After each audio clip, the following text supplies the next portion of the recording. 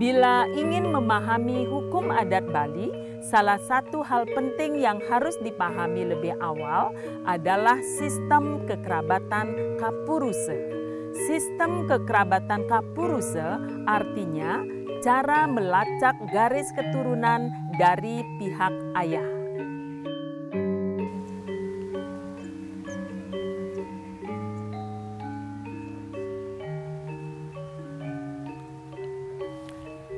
Swastiastu, Prof.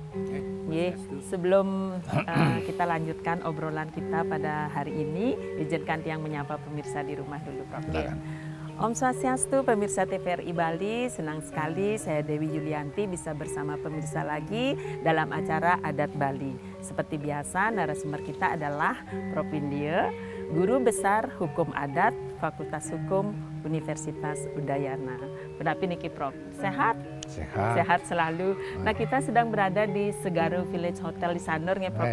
Baik, Prof. Rupanya acara adat Bali ini semakin menarik ya, Prof, ya, bagi masyarakat Bali. Mudah-mudahan. Ya, tapi ada buktinya loh, Prof. Tidak mudah-mudahan lagi. Bersama kita di sini sudah hadir dua peserta diskusi. Di sini ada Ibu Dr. Sri Jayantini, namanya panjang, Prof. Gitu aja kali ya. Om Swastiastu, Om Swastiastu. Yang biasanya manggil Gek Sri aja nggak apa-apa ya, Prof, ya, nggak usah pakai titel di sini ya. Wenten Pak Wayan, niki insinyur niki, Prof. Pak insinyur namanya Iwayan Sugiarte, Bapak dari Gianyar, nggih. Om Swastiastu, nggih. Om Swastiastu, nggih. Ini dua orang yang akan menyertai kita ini luar biasa sekali. Jadi kenapa mereka sampai bersama kita, tentu sangat tertarik nih, Prof, nih, dengan apa yang akan kita perbincangkan. Baik pemirsa, pada hari ini kita akan berdiskusi tentang adat Bali dengan tema hukum adat Bali dan sistem kekerabatan. Sekarang kita langsung tanya ini ahlinya, nih, Prof. Jadi apa sebenarnya, Prof, nih, hubungan antara adat Bali dan sistem kekerabatan tersebut, Prof? Ya, beberapa waktu yang lalu sudah pernah dijelaskan bahwa apabila kita ingin memahami hukum adat Bali, ada beberapa hal yang perlu diketahui lebih awal. Yang nomor satu, mesti tahu tentang desa adat di Bali itu seperti apa. Yang nomor dua, harus tahu sistem kekerabatan itu. Betul, Prof. Yang nomor tiga, juga mengetahui dasar-dasar agama Hindu. Dan yang nomor empat, tentang sistem kasta. Nah, persyaratannya seperti itu, ya kita harus penuh itu. Kalau tidak, nanti kemungkinan tidak lengkap, ya? Bukan tidak lengkap, kemungkinan akan bingung pada saat memperhatikan, melihat, melaksanakan perkawinan, pewarisan, pengangkatan anak. Nanti kan kita akan bicara hal-hal seperti itu. Mungkin Prof bisa jelaskan apa itu hukum adat Bali, ya kita ulang lagi nih, Prof. Terus, Prof. Ya, kalau sederhananya hukum adat Bali itu ya hukum adat yang berlaku di Bali. Di Bali, ya. Tentu tidak semua orang atau penduduk Bali tunduk kepada hukum adat Bali. Yang tunduk siapa? Itu Kramo Desa Adat. Dengan demikian, bila dikembalikan ke pertanyaan hukum adat Bali itu apa? Hukum adat yang berlaku bagi Kramo Desa Adat.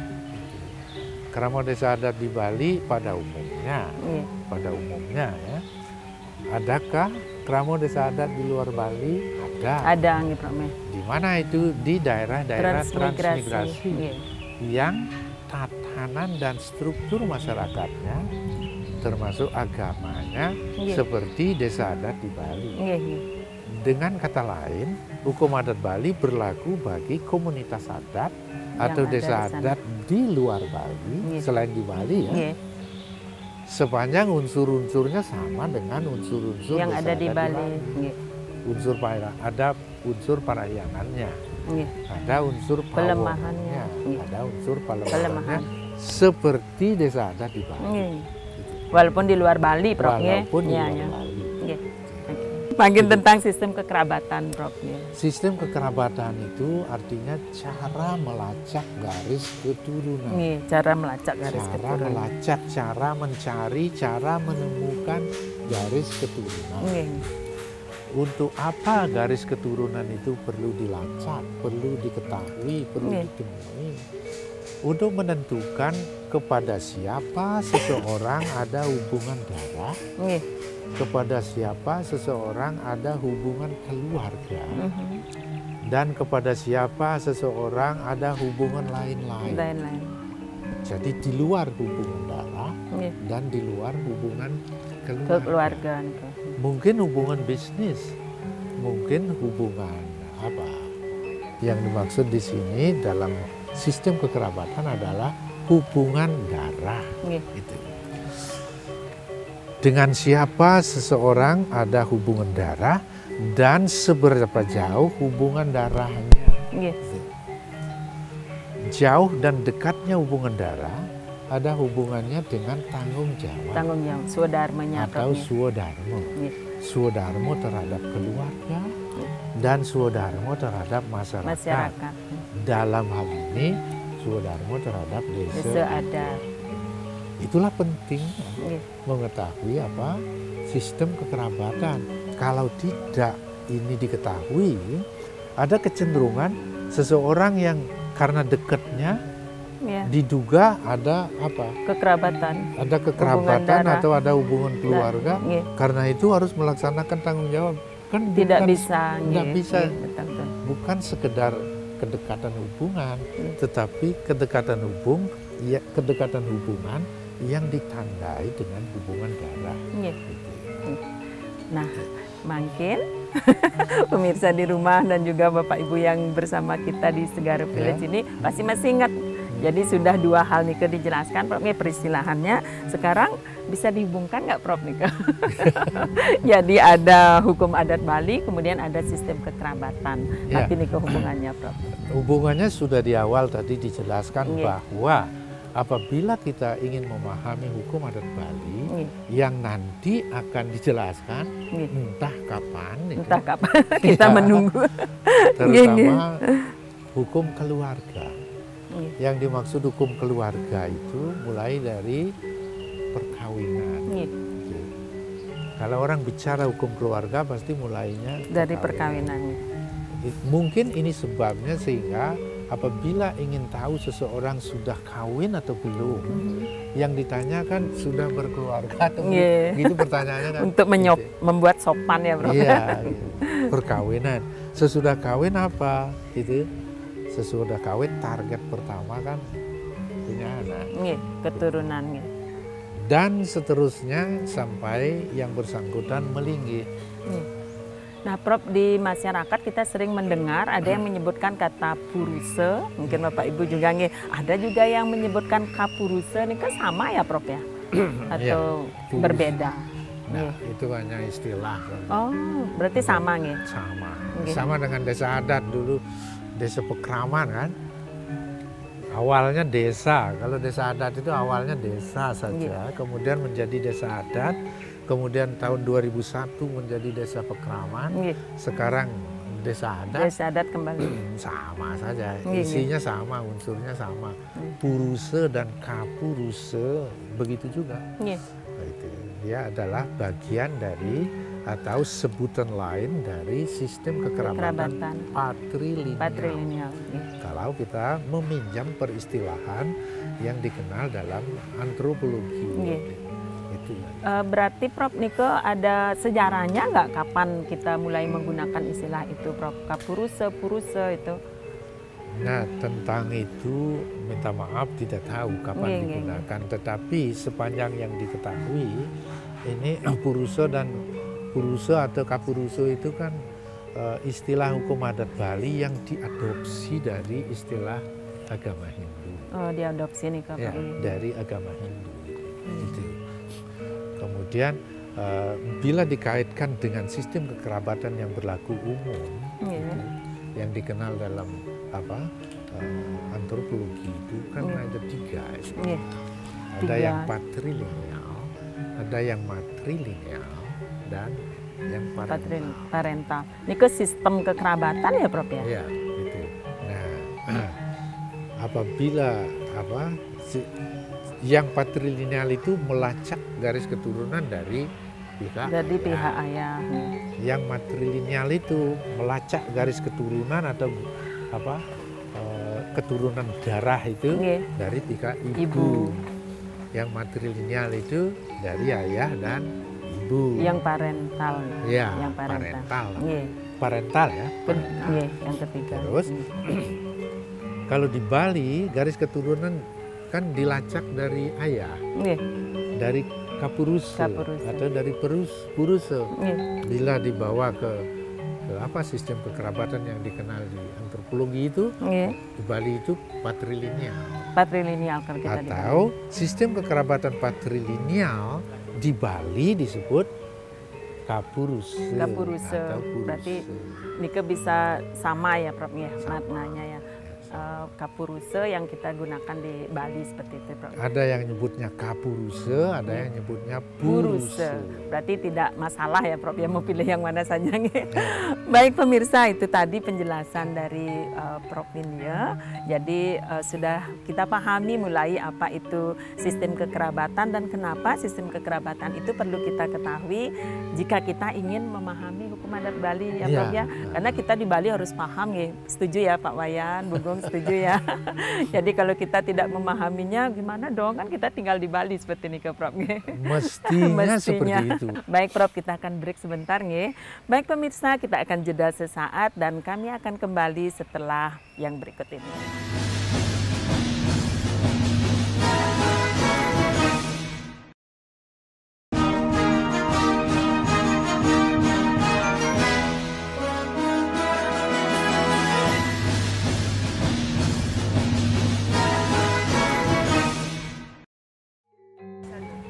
Baik pemirsa, kita akan lanjutkan lagi obrolan kita dengan Prof Windia. Prof tadi sudah panjang ya, Prof jelaskan tentang apa itu hukum adat Bali, kemudian apa itu sistem kekerabatan. Kalau kuliah sudah hampir 1 SKS ya, Prof ya.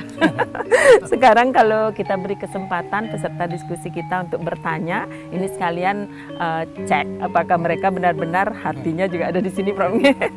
Kita akan berikan kesempatan ladies first nih, Prof. Silakan.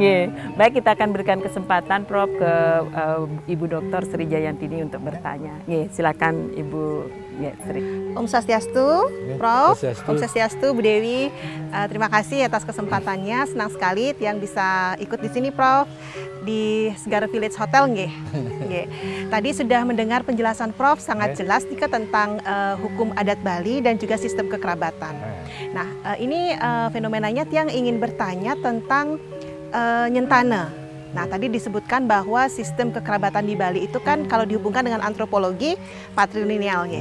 Tapi kok ada misalnya yang nyentane kemudian jadi pihak laki-laki ke tempat perempuan. Ini kan seperti apa kalau kita bisa mungkin Prof bisa menjelaskan fenomena seperti ini. Bagaimana kita bisa beradaptasi dengan situasi-situasi seperti ini. Sudah dijelaskan tadi bahwa sistem kekerabatan di Bali ini untuk umat Hindu di Bali, bukan untuk semua penduduk Bali, kan sistem kekerabatannya patrilineal, yang disebut sebagai, kalau di Bali disebut sebagai Puruse atau Kapuruse. Pertanyaannya dalam kaitannya dengan kawin nyentano itu di mana ini, gitu kan? Gitu. Bolehlah disebut dalam hubungannya dengan kawin nyentano itu sistem kekerabatannya itu semacam perkecualian, tetapi dalam hal-hal tertentu, contohnya dalam perkawinan nyentano itu kan nyata-nyata ditarik dari garis ibu. Perempuan. Ibu, kan, itu. Nah, kenapa bisa seperti itu? Inilah contoh dari perkecualian sistem kekerabatan itu. Sesudah itu apa maksudnya? Kok ada perkecualiannya? Lalu dicarikan landasan teori, dicarikan semacam alasan pembenar, diubah dulu statusnya sebelum kawin. Yang wanita itu diubah dulu statusnya menjadi Puruse. Sesudah itu baru melangsungkan perkawinan. Sehingga menjadi masuk akal kalau yang laki-laki masuk ke dalam keluarga yang wanita karena statusnya sudah diubah gitu, menjadi puruse. Tetapi jenis kelaminnya tidak diapa-apain. Gitu. Prof, maaf, merubah status nih kan maksudnya seperti apa, Prof? Ada proses atau ya, seperti apa? Nah, itulah ini bagus pertanyaannya karena jarang sekali yang dapat A+ berarti, Prof? Biasanya diterima begitu saja. Gitu. Bukan pada saat perkawinan perubahan status itu dilakukan. Ya, kalau saya sendiri berpendapat, sejak seorang anak itu akan dijadwalkan untuk melangsungkan perkawinan nyentana, sudah selalu dibisiki, sudah selalu diprogram dengan berbagai cara bahwa suatu saat statusnya akan diubah dari wanita menjadi laki-laki. Ingat status itu dari perdana menjadi puruse. Lalu pada saat tertentu mungkin pada saat apa itu ada upacara menek kelih gitu. Menek bajang ya. Iya, kalau yang wanita kan gitu. Pada saat itu sekalian secara skala dan niskala diubah. Dalam tanda kutip diubah. Secara skala bagaimana perubahannya? Diumumkan di hadapan keluarga. Keluarga kecil dan keluarga besar. Bahwa status anak yang menek kelih ini mulai sekarang puruse. Gitu. Kemudian secara niskalanya gimana? Kan ada upacara menek kelih itu. Upacara itulah sekalian juga diapakan itu, dipermaklumkan bahwa bersamaan dengan upacara menek kelih sekaligus adalah perubahan status. Diatur piuning ya, Prof? Ya, semacam itu, atur piuning. Semua keluarga yang hadir, barangkali ada prajuru pada saat itu kalau dianggap perlu, selanjutnya menjadi tim sukses perubahan status ini. Kenapa perlu?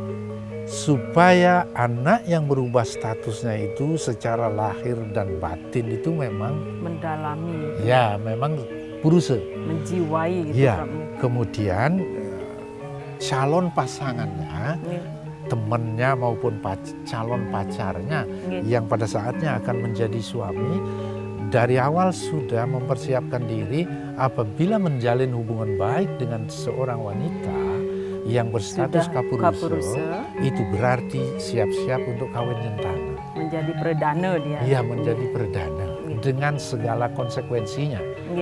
Kalau saya katakan dengan segala konsekuensinya, bukan berarti konsekuensi jelek, bukan. Segala konsekuensi artinya pasti ada kurangnya, ada lebihnya, ada kurang plusnya, ada lebih minnya. Itu yang dimaksud. Jadi bukan berarti jelek, bukan berarti negatif. Itulah pentingnya pengumuman soal status dari perubahan status itu dari awal. Supaya yang bersangkutan lahir batin siap, keluarganya siap, teman-temannya juga siap, termasuk calon suaminya. Jika sudah ada. Iya, dari awal mesti pilih-pilih. Teman pun harus pilih. Betul. Nah, Prof, tadi kan Prof jelaskan bahwa yang wanita itu, yang tadinya perdana berubah status menjadi kapuruse. Kalau yang puruse tadinya yang laki-laki itu perubahan status juga, Prof. Ikut. Kalau sudah biasanya tidak ada pengumuman tentang itu, tetapi begitu yang bersangkutan melangsungkan perkawinan dengan wanita yang berstatus, secara terbuka atau secara diam-diam yang bersangkutan sudah berubah statusnya. Itu pengumumannya tidak, tapi sudah. Kalau dalam lalu lintas hukum ini disebut sebagai persetujuan secara diam-diam. Persetujuan secara diam-diam, udah otomatis gitu. Iya, begitu berani melangsungkan perkawinan dengan seorang wanita yang berstatus kapuruse, berarti siap untuk adanya perubahan statusnya. Nggak perlu pengumuman. Nggak perlu pengumuman ya. Berarti perubahan status itu kan tadi Prof jelaskan diumumkan ke keluarga. Yang wanita. Iya, yang di wanita nih ke tadi. Berarti nggak ada surat seperti ini ke Prof nih, nggak ada ya? Ya kita kan tradisional. Tradisional karena kita tidak tertulis ya Prof. Iya, ada risikonya juga kalau tertulis. Oh, iya. Sebab perkawinan apapun bentuknya, Iya. entah perkawinan nyentana, kawin biasa, kawin petuturan, Iya. kan semuanya punya potensi untuk bubar. Gitu. Iya. Ada ya future is Perubahan nama, perubahan status itu mystery. kan ada konsekuensinya pada saat perkawinan itu bubar. Betul. Walaupun itu bukan menjadi cita-cita pasangan suami istri. Tidak ada ya orang yang berencana bubar, Prof. Nah, Tidak ada. Baik, Prof. Di Bali tadi Prof kan jelaskan nih ke ada patrilinear, ada matrilinear, ada parental. Kalau di Bali ada ya, Prof ya? Ini ke istilah sistem kekerabatan parental itu. secara umum ya patrilineal, tapi Secara kalau umum. kita bicara soal exception, perkecualian, bisa saja berdasarkan penelitian. Iya. Namanya ada negen dadul, Oh, ada iya. apa perkawinan negen, ada perkawinan mekarunatah gitu. Negen dadua itu artinya ini negen ya Prof ya. Iya. Dadua itu dua. Ya, terus napi malih Prof? Mekarunatah. Mekarunatah. Apa itu Prof bahasa Karo Indonesia? itu dua, natah itu nata rumah, Iya, iya. sanggah rumah natah. Jadi dua punya ya. Apalagi pada gelang ya. Iya, pada gelang itu bermacam-macam Prof bilangnya. Ya, Ya, negen yang- dadua, Ah, nadua. Ini istilahnya salah seorang tokoh adat di Bali yang sangat terkenal itu Gusti Ketut Kaler namanya. Iya, Menurut Gusti Ketut Kaler, iya Prof. kawin pada gelang itu disebut perkawinan parental. Oh iya ya, berarti bisa disamakan dengan. Iya, Baik Prof, kita akan bukan jeda. bisa. Kita akan Bukan jeda bisa, gitu. Dapat. dapat. Iya, dapat dan bisa juga berbeda. Nggih. Prof niki kita jeda dulu sejenak Iya, Prof iya. ya. Mungkin Prof bisa nikmati hidangan yang sudah disediakan. Sesudah break. Nggih. Baik pemirsa, kita akan jeda sejenak dan kami akan kembali setelah yang satu ini.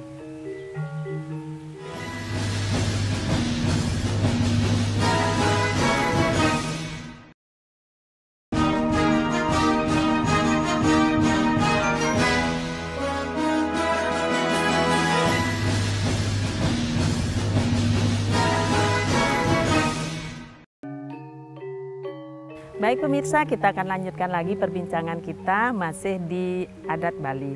Prof, tadi sudah panjang lebar Prof jawab pertanyaan dari Bu Gung Sri dan juga penjelasan tentang hubungan antara hukum adat Bali dan sistem kekerabatan. Makin izin lagi ya Prof ya, kita kasih Pak Wayan yang dari tadi kayaknya sudah bersiaga mau bertanya. Karena tadi pertanyaannya untuk ladies mas, Bu Gung Sri duluan. Mungkin Pak Wayan kayaknya dan dari tadi gini semangat sekali. Nggih durus niki Pak Wayan, Insinyur Wayan Sugiarto nggih dari Gianyar. Durus Pak Wayan pertanyaannya. Swastiastu, Prof. Swastiastu, Bu Dewi. Swastiastu. Prof. Dari penjelasan tadi Pak Prof, yang tertarik sekali, juga pertanyaan dari Bu Dokter, menyinggung dari sistem kekerabatan yang paling utama adalah parentalnya, yang saya lihat ada hubungan dengan sistem perkawinan yang ada di Bali yang sedang hangat-hangatnya, perkawinan sistem pada gelang. Pertanyaan Titiang, ada nggak hubungan parental, sistem kerabatan parental dengan sistem pada gelang, termasuk warisnya? Monika, Pak Prof, terima kasih. Terima kasih atas pertanyaannya, itu pertanyaan yang sangat menarik. Sebenarnya belajar hukum adat itu sama dengan belajar bela diri, belajar silat, karate atau apapun namanya, sama dengan belajar menari. Karena di sini ada dosen isi kan contohnya menari. Ya. Mesti tahu dulu dasar-dasar tentang tarian. Contohnya apa? Agem, gitu kan? Tandang, tangkep, dan gitu. tangkis. Apa yang beberapa kali pertemuan kita itu sebenarnya mau bicara soal itu, soal jurus kalau dalam bela diri, soal tandang, tangkap, tangkis kalau dalam tarian. Memang pada saat menjelaskan hal-hal seperti ini itu agak membosankan. Jangan, Prof. Jangan bosan. Tetapi ini penting sekali untuk dipahami. Betul. Apabila kita ingin menjadi penari yang baik, mesti dasar-dasar ini yang membosankan ini mesti diketahui. Betul. Apabila kita ingin menjadi pesilat yang baik gitu, penguasaan tentang jurus yang membosankan itu harus terus pukul terus begini. Jangan Prof, jangan. Segini terus bosan ini. Benar. Cepat-cepat ingin bertarung. Betul. Cepat-cepat ingin menari. Langsung. Gitu. Pentas ya Prof ya. Ya. Ini juga gitu. Apa yang ditanyakan oleh Gumsri tadi ya, termasuk Pak Wayan itu bagian dari pertarungan hukum adat Bali gitu. Sudah bertarung itu Sudah Prof bertarung, ya, tidak gitu. lagi di dasar. Memang ingin itu, ingin cepat itu. Iya. Ingin cepat ketemu bunganya, ingin cepat ketemu buahnya itu. Betul. Tetapi yang disampaikan selama ini bahkan mulai dari akarnya. Betul. Ada akarnya, ada bungkilnya, ada pohonnya, sedang berbicara soal itu. Apa artinya dalam konteks hukum adat Bali? Memang sistem kekerabatan apapun yang dianut itu membawa konsekuensi langsung terhadap nomor 1 tanggung jawab gitu. Swadharma Prof. Ya, nomor 2 baru yang ditanya tadi. Hak. Waris hak itu. Swadikara ya Prof. Ya. Ini tiang sambil mengingat loh Bugong. Ya di kuliah sebelumnya nggih terus Prof. Apabila seperti di Bali sistemnya kan patrilineal atau puruse atau kapuruse. Itu garis keturunannya dilacak dari ayah. Tanggung jawabnya juga terhadap keluarga ayah. Gitu. Kalau tanggung jawabnya terhadap keluarga ayah, warisnya tidak mungkin ke ibu. Gitu kan. Terus yang matrilineal pelacakannya dari ibu. Tanggung jawabnya ke keluarga ibu juga. Warisnya di ibu juga. Polos ya? Ya parentalnya dijawab sendiri. Berarti yang parental itu sama dengan yang pada gelahang itu ya, Prof? Dari ayah dan ibu kan. Garis keturunannya dari ayah dan ibu. Tanggung jawabnya ayah dan ibu. Berarti haknya di ayah dan ibu. Oh, sudah itu baru ke sini. Kalau kawinnya biasa, ayah. Kalau kawinnya nyentana, ibu. Kalau kawinnya pada gelahang, ayah dan ibu. Ya. Selanjutnya dijawab sendiri. Jawab sendiri. Sederhana sekali, Prof. Jadi itu layaknya dalam kehidupan kita ya, begitu kita melakukan kewajiban atau swadharma. Jadi biar kita lumrah dengan istilah Bali Pak Wayan dan Bugong juga. Jadi di saat itu kita berhak atau kita boleh mendapatkan swadikara atau hak seperti itu, Prof. Baik, Prof. Tadi Prof sudah jelaskan panjang lebar berdasarkan pertanyaan dari peserta diskusi juga tentang hukum adat Bali dan hubungannya dengan sistem kekerabatan. Nah, niki tentang hukum keluarga nih bagaimana ya, Prof ya? Mungkin bisa dijelaskan contoh realnya seperti ini, Prof. Kalau tadi sudah disinggung sepintas. Kalau kita ngomong hukum keluarga itu mulai dari perkawinan. Dari perkawinan. Makanya itu kalau orang ditanya sudah kawin itu kan itu kurang lazim pertanyaan. Sudah berkeluarga. Sebetulnya kalau dari sudut hukum ada 3 peristiwa penting dalam hidup manusia ini. Sudut hukum ya, Prof. Ya, hukum. Nomor 1 lahir. Nomor 2 kawin. Nomor 3 mati. Tetapi kalau bicara soal hukum keluarga, mulainya justru yang di tengah ini. Dari perkawinan. Bukan dari kelahiran. Gitu. Kenapa demikian? Karena tidak ada kelahiran tanpa perkawinan. Nah. Kalau udah lihat wajahnya Prof seperti ini, kita jadi berdiskusi makin hangat lahir, ya Prof ya. Kawin, mati. Mati, pasti itu Prof ya. Yang nomor 3. Kalau dari sudut agama, lain lagi tahapannya itu. Tapi nggak usah itu disinggung. Kita kembali ke hukum keluarga itu mulai dari perkawinan. Sesudah perkawinan, biasanya target pertama keturunan. Itu. Kalau tidak punya keturunan, itu cenderung pengangkatan anak ini. Itu. Adopsi. Sesudah itu biasanya kekayaan. Apa? Entah bangun rumah, beli rumah kalau punya uang. Beli mobil. Ya. Sesudah itu di sini daerahnya rawan di sini. Tapi nih Prof. Ada macam-macam godaan pada tahap ini. Gitu. Sesudah itu kelanjutannya godaan ini membawa konsekuensi terhadap keutuhan perkawinan itu. Betul. Gitu. Anggap saja godaannya tidak baik sehingga perkawinannya bubar. Cerai itu juga bagian dari hukum keluarga. Bubarnya perkawinan membawa konsekuensi terhadap anak yang dilahirkan. Betul. Membawa konsekuensi terhadap harta perkawinan. Itu juga bagian dari hukum keluarga. Sebaik-baiknya perkawinan, sebaik-baiknya rumah tangga, pada akhirnya kan sengkau. Iya betul. Sengkau. Iya, sengkau. Miring ke barat, artinya menua kayaknya Prof. Iya, menuju senja. Ya. Lebih romantisnya nih Prof. Kalau dalam bahasa yang sekarang biasanya bukan semakin tua, semakin senior. Semakin senior. Untuk memperhalus Prof. Ya. Baik Prof, ini semakin berisi kita nih Pak Wayan, Bu Gong Sri juga, saya terutamanya Prof.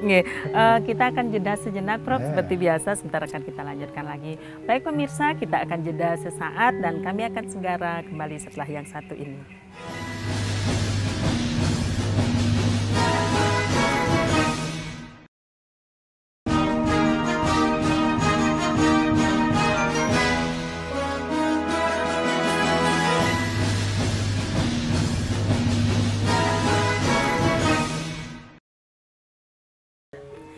Baik pemirsa, kita akan lanjutkan lagi perbincangan kita masih dengan Prof. Windia, ahli hukum adat Bali tentunya. Prof, tadi kan kita sudah berbincang-bincang panjang dan juga sudah berikan kesempatan kepada Pak Wayan yang jauh-jauh dari Gianyar ke sini dan juga Bu Gong Sri. Kita kasih kesempatan penanya di rumah ya Prof ya. Pemirsa di rumah ini ada Ibu Sita Devi di Denpasar bertanya lewat WA, sudah saya rangkum ini Prof, pertanyaannya panjang sekali dan salah satu ungkapan apresiasi. Jadi ibunya ini sangat senang dengan acara adat Bali. Syukur. Dan selalu stay on TV. Pertanyaannya ke hukum adat Bali, niki Prof, sudah menjadi bagian hidup masyarakat Bali katanya. Namun kenapa masih saja ada masalah ribut waris di masyarakat? Itu yang pertama. Boleh nih Prof, 2 nih pertanyaannya. Ya, silakan. Masih dari yang bersangkutan. Pertanyaan nomor 2, saya pernah mendengar di acara adat Bali, Bapak narasumber menjelaskan tentang undagan dan lingsehan keluarga. Nanti nih ke Prof itu. Silakan Prof. Pertanyaannya, Ibu siapa namanya? Ibu Sita Devi di Denpasar nih. Ada nggak orang sakit sekarang? Banyak pasti ya. Ada orang mati karena sakit? Ada. Kasus hukum itu juga seperti itu. Analoginya jangan bagus sekali. Jangan dibayangkan sesudah ada hukum pidana tidak ada pencuri. Betul, jangan betul. dibayangkan sesudah ada Fakultas Kedokteran dan Puskesmas sampai ke desa-desa tidak ada orang sakit. Itu semuanya masih tetap itu. Dan kecenderungannya itu kemajuan ilmu kedokteran itu kalah saing dengan kemajuan penyakit. Betul Prof. Sama dengan juga di adat Bali. dihukum dulu. Dihukum dulu. Iya, itu kemajuan kasus hukum itu jauh meninggalkan ilmu hukum. Itu. Kemajuan kasus di Bali pastilah jauh di depan ketimbang perkembangan hukum adat Bali. Gitu. Bisa kan? Nggih, masih pertanyaan dari Bu Sita Devi, Prof, yang kedua tadi.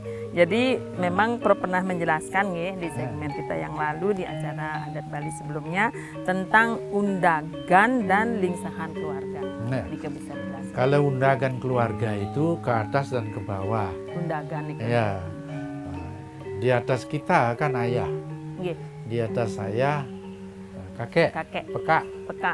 di atas peka kumpi, Nggih. di atas kumpi klam, di Klam. atas klam klambiun, di atas Klambiun. klambiun klewaran. Gitu. Nah, sekarang ke sampingnya, Nggih. ke bawah juga begitu.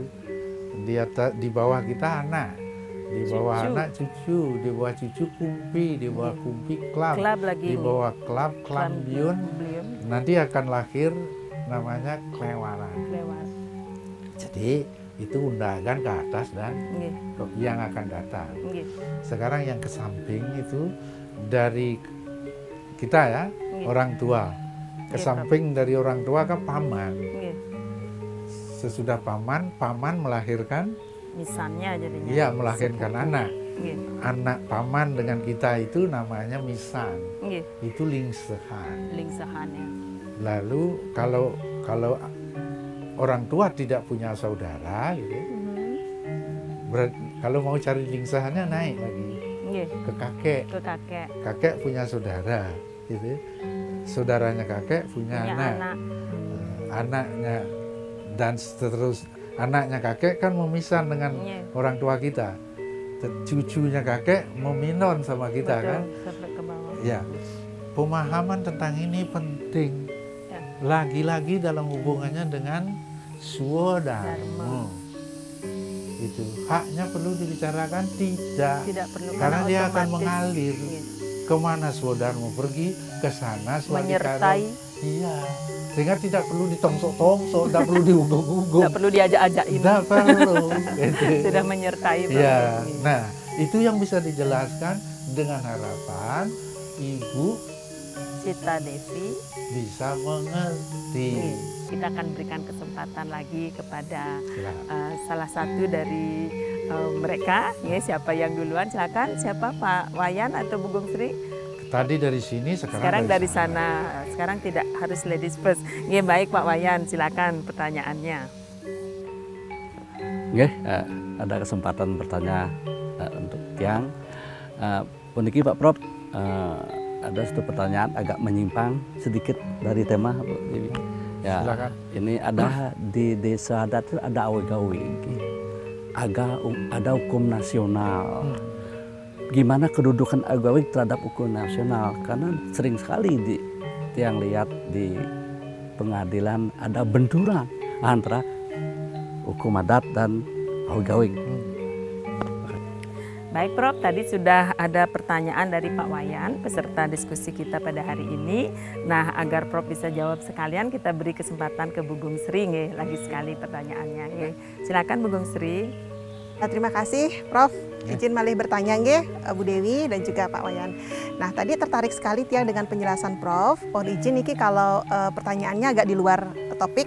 Tapi Tiang kira masih terkait karena Tiang ingin melihat fenomena tentang eksistensi masyarakat adat di Bali. Kalau tidak salah dalam episode lalu pernah dibahas tentang jenis-jenis krama. Seperti krama adat, krama tamiu, kalau tidak salah dan tamiu.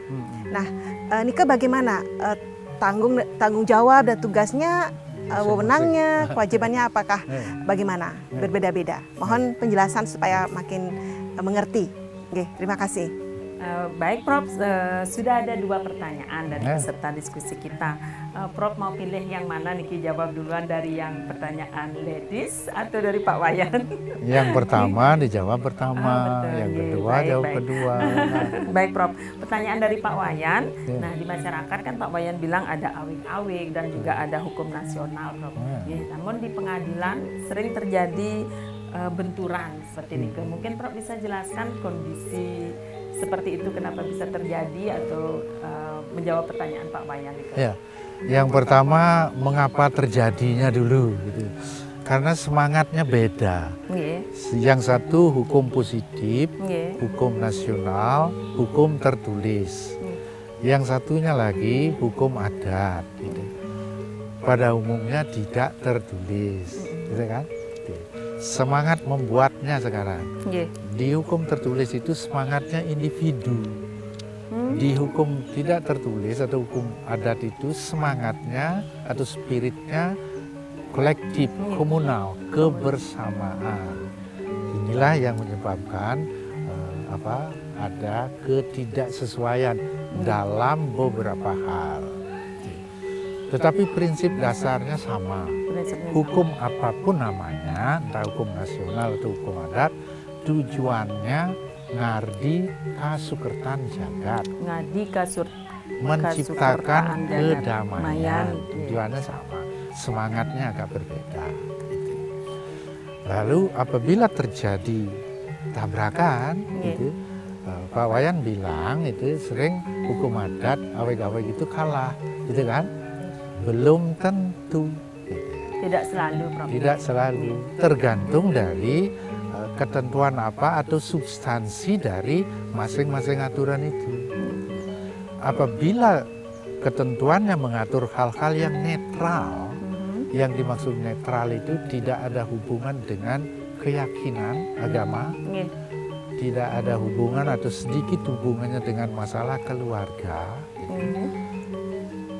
Biasanya yang diutamakan hukum adat. Tetapi kalau hal-hal yang bersifat netral, misalnya tentang pembunuhan, pencurian sudah itu.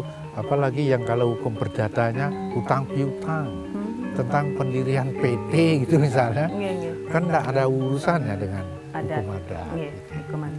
Jadi tergantung dari substansinya. Selain itu juga tergantung dari semangat, mental, integritas hakim yang menangani kasus yang dihadapi. Banyak faktor yang menyebabkan itu adanya kemungkinan terpinggirkannya salah satu dari ketentuan hukum ini, dan biasanya pastilah hukum adat. Banyak faktor.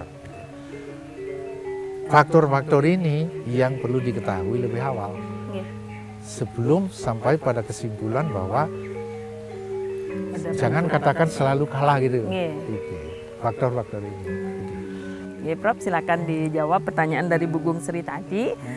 Bu Gung Sri menanyakan tanggung jawab dan hak dari jenis-jenis krama gitu. Mungkin maksudnya pengelompokan krama. Jadi dari unsur desa adat tersebut. Silakan, Prof. Memang benar penduduk yang ada di desa adat itu dikelompokkan menjadi 3 seperti sudah disinggung tadi. Ada krama adat atau krama desa.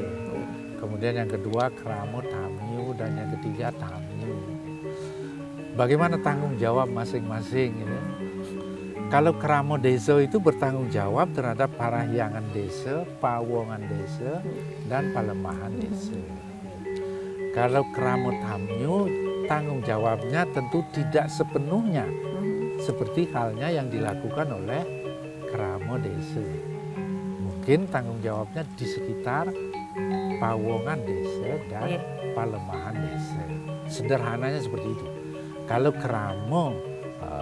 kalau tamyu lebih sedikit lagi tanggung jawabnya, lebih berat di sekitar palemahan.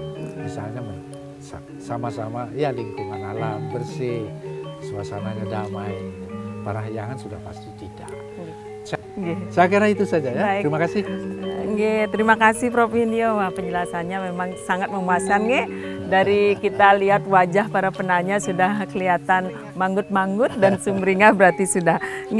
Baik Prof, sepertinya kita akan akhiri acara adat Bali pada hari ini. Dan nanti kita bisa berbincang lagi, mungkin Bu Gung Sri dan Pak Wayan bisa, karena sekarang sudah mendapatkan ilmu dari Prof. Indio, nanti bisa kita edukasi juga siapa yang memerlukan tentang pengetahuan ini. Baik, pemirsa, kita sudah di akhir acara. Jadi kita akan jumpa lagi di acara adat Bali berikutnya. Jangan lupa untuk selalu bersyukur, karena dalam rasa syukur kita akan bahagia. Sinapti tiang antuk para mesanti. Om Santi Santi Santi Om.